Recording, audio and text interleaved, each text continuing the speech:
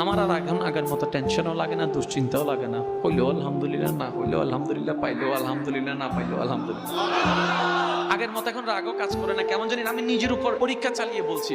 আপনি শুধু আপনার দুশ্চিন্তায়, টেনশনে, ভয়ে, তারপরে আপনার কেউ এসে বদনামের কথা শোনাচ্ছে, কেউ আপনার ক্ষতির কথা শোনাচ্ছে, কি করবেন ভবিষ্যতে এটা নিয়ে শোনাচ্ছে। শুধু আপনি একটা মাস, আমার কথাটা রাখেন, একটা মাস আপনি বুঝেন না বুঝেন, শুধু মনে মনে এদিকে শুনবেন আর মনে মনে বলবেন আলহামদুলিল্লাহ, আলহামদুলিল্লাহ, আলহামদুলিল্লাহ, আলহামদুলিল্লাহ।